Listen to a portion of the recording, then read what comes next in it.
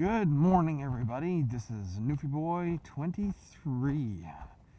This is going to be my first official vlog that you're actually going to hear me talking. You've got some videos up for me just kind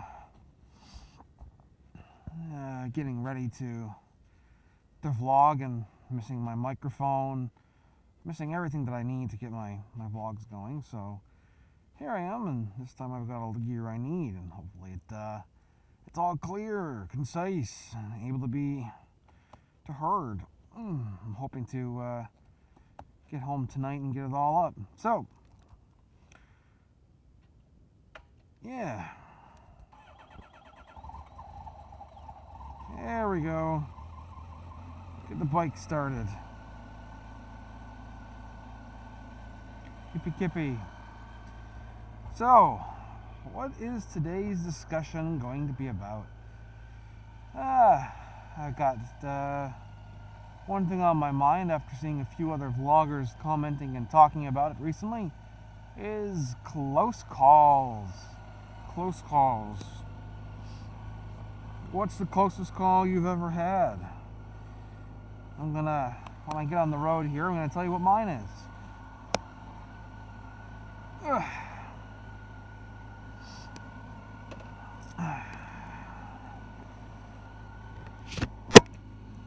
There, should help you hear me a little better.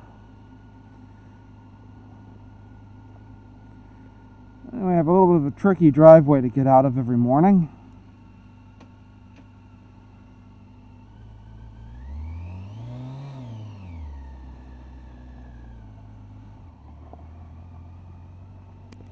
Because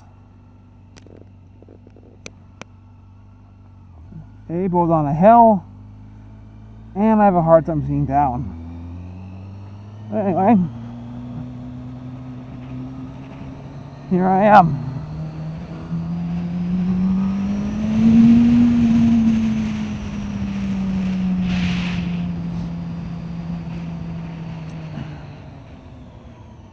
So, here we are on the way to work in the morning. 7:30 on a wonderful St. John morning.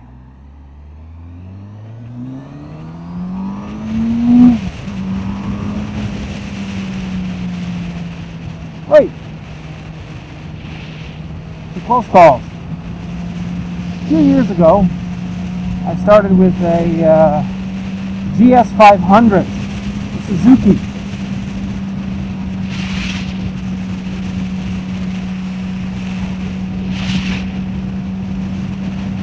2004 model, pretty much they're all the same. Naked version, not the faired version. I'll say it was a really decent first bike to have.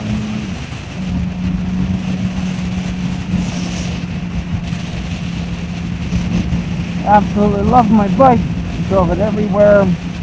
It was a daily driver for me. Rain, wind, even a little bit of snow at one point. Anyway,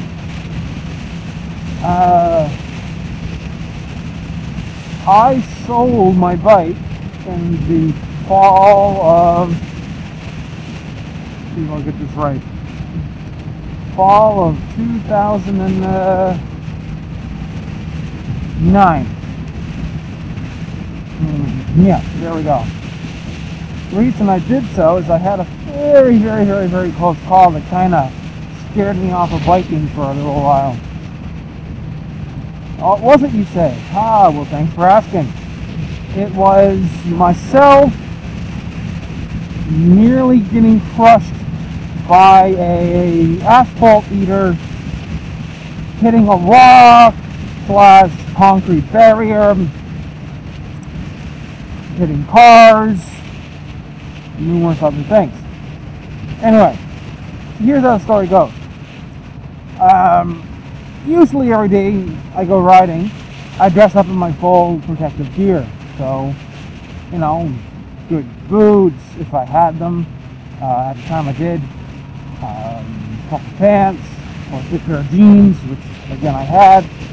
Nice jacket, gloves, helmet, and any other protective gear I can think of.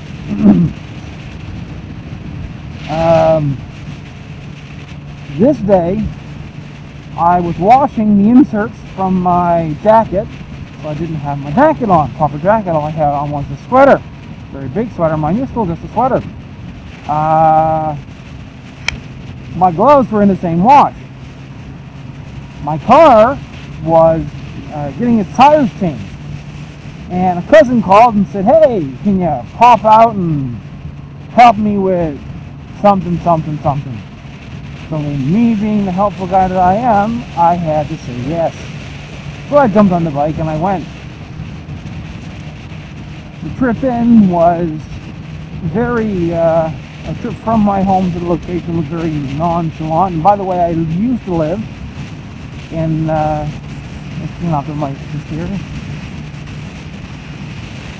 I used to live in Halifax, Nova Scotia. So I was driving from Sackville, Nova Scotia, or Lower Sackville, like a feeder town, into Halifax on the Bi-High, or the Circumventual Highway, whatever you want to call it, back highway. Trip in was perfectly fine. Trip out got a little interesting. It was rush hour traffic on a construction day. What had happened was the road made a kind of a detour off of the main highway, and it had gone up kind of an off-ramp and then around this roundabout thing and down another off-ramp and back onto the main highway. So where they wanted you to turn onto the off-ramp, they had put concrete blocks or concrete dividers to make sure you didn't accidentally end out where the old highway used to be and where they were doing construction. So 4:30, 5 o'clock in rush hour Halifax traffic. We're pretty much at a standstill at some points. Other times we're flying by doing 80, 90 kilometers an hour. This one particular time, coming back in, I was driving 80. I was in a series of cars. Everyone was doing the speed limit. I was about, as far as I am now, behind, say, this other car. And what happens? This car in front of me locks up his brakes completely. E-brake, the works. Comes to a complete stop and as quickly as I possibly could. And of course, me being me, I try to do the same thing. Lock up front brakes, lock up back brakes, trying to do all my motorcycle safety training and whatnot so I don't die. But of course, having, at the time, I was a fairly new driver, so I had been, maybe this is my second or third season. My ass end ends up over to the right of me. So I'm looking over going, oh shit, why is my tire over here? Thinking this is all happening in a half second.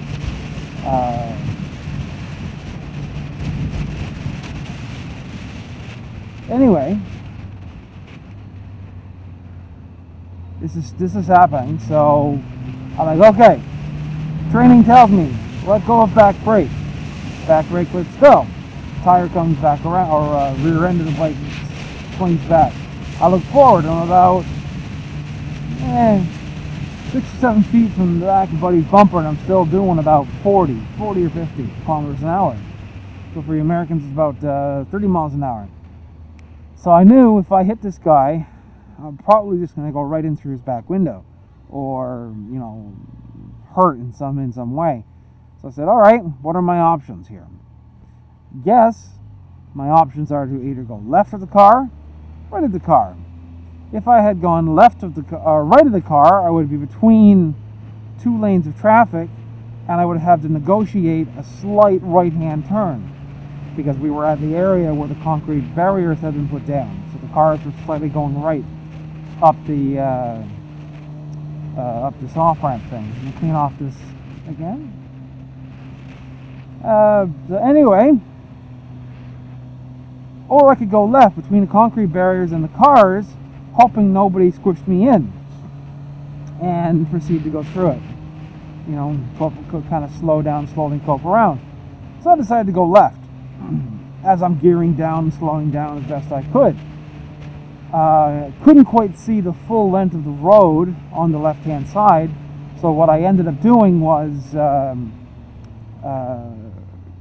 coming face to face with a concrete with a concrete barrier. So there's an area where two concrete barriers, they kind of meet in the corner. So they're bent like this, I'm going to say, right on the corner. So what I did was I went between these two concrete barriers because I had very little choice in the matter to either hit the concrete barriers doing 30 miles an hour, 50, 60 clicks, or not hit the concrete barriers and try to go between them.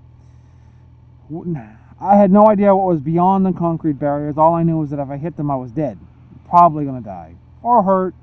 Or, maim myself in some way.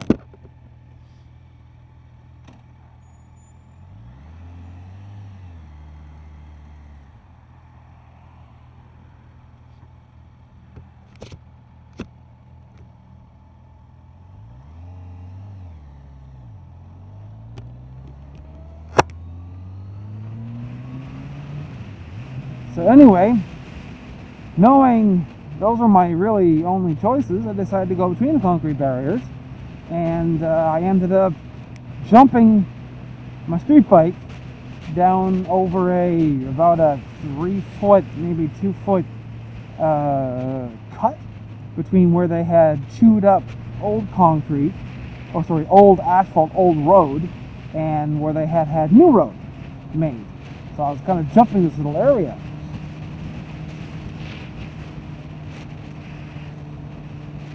And I jumped down into this, and then you're left onto the asphalt or concrete, whatever you want to call it. It has like lines in it.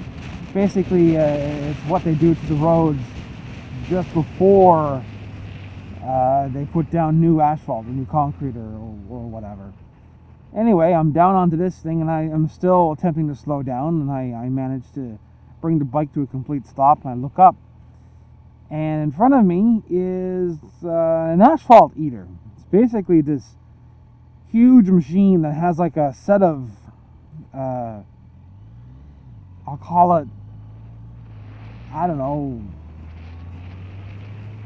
asphalt eating wheels of death on the front of it that's eating the old asphalt away.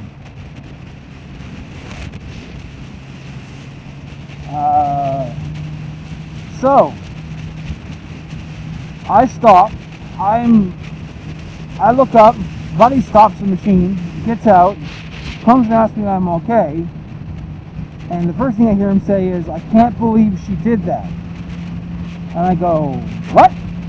I take off my helmet and look over to the side, and I see this car from an out-of-province, with out-of-province plates, so it seems they're out-of-state plates, who had stopped in rush hour traffic and had caused a very slight, mind you, fender bender for 5 or 6 people. He screams, "I don't know where I was going, I was confused, so I stopped."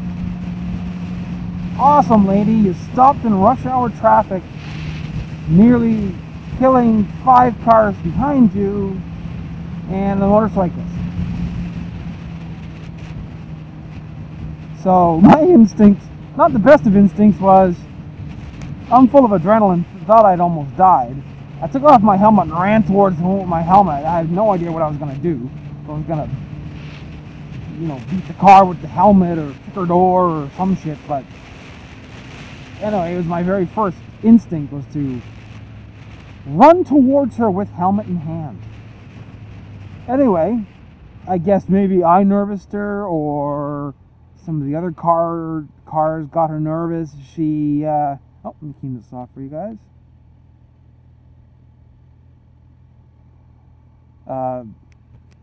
She drove away. She left the scene of the accident. Nobody had gotten her license plate. Nobody had gotten her name. Nobody had gotten any information about this lady who had caused a 5-car pileup. Or almost a 5-car pileup. It was a very small, minor 5-car pileup in the larger scheme of things. So anyway, I took that as an omen as I'm not supposed to drive for a little while. I'm gonna take a back seat for a bit.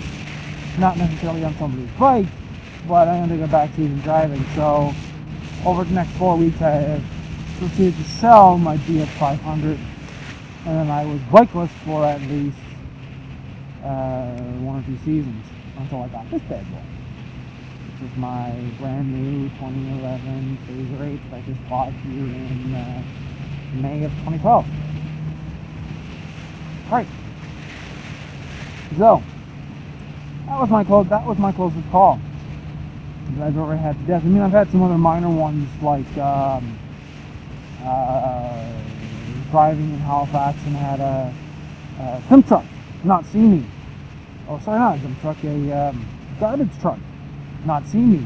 I was doing 60, maybe 65 in a 60 zone, and he decided that he was going to go on to the next house to get some garbage and just kind of, whipped out in front of me. So I had to use the best avoidance I had learned in school and dodge around this guy so I could stay alive. Worked well since I didn't die, and since I'm still here. But I very narrowly missed one of the back parts of his machine. Like maybe, I don't know, I want to say maybe 3 feet on one side. Oh, and guys, I apologize for the wonderful weather we're having here.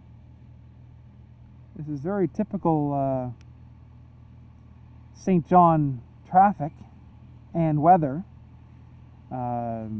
People driving very slowly.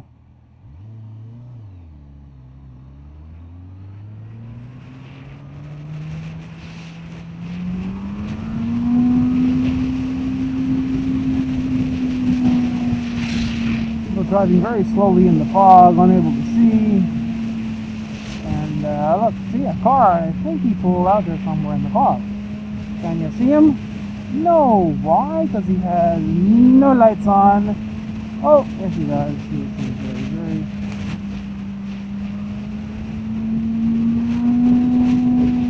And his asshole's gone. Couldn't pass me.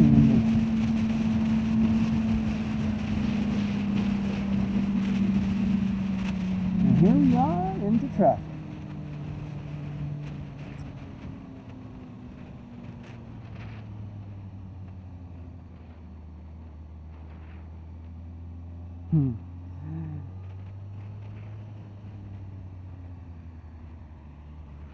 This is going to be about 5 to 10 minutes to get up and through traffic to the point where I can turn off. Wonderful. Anyway, wonderful weather we have here in St. John. This is pretty much the daily routine. Every single morning I'm crossing what was called a causeway, and every day we basically get fog that comes in up the bay as far to this causeway area.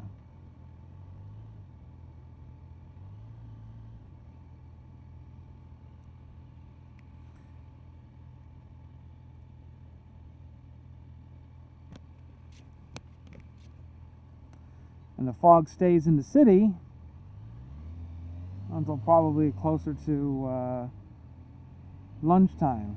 Sometimes it burns off by 10 or 11 o'clock, but this is the wonderful driving conditions I see almost every single morning coming into work. There are some times when I wish I lived in maybe a slightly different Canadian city. But hey, there's some benefits to living here. Some reasons I like St. John. And what do we have over here? Oh, looks like a BMW Adventure Rider. Let's wave to the BMW guy. Who doesn't see me? Or didn't care.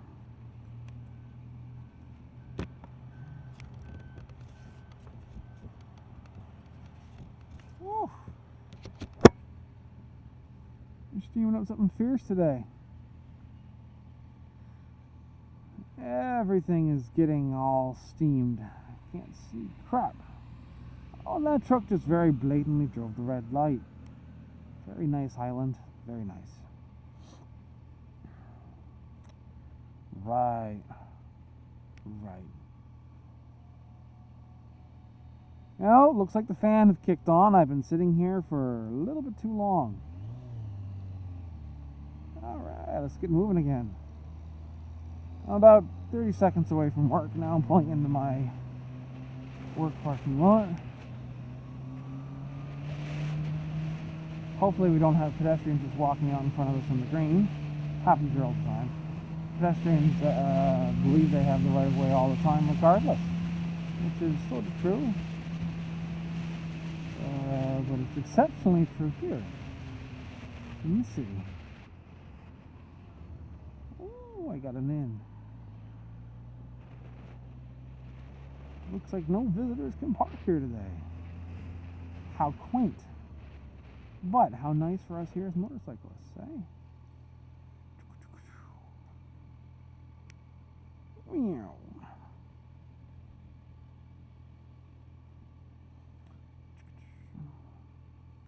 This is the part I hate the most. Backing up the bike, getting her in the spot.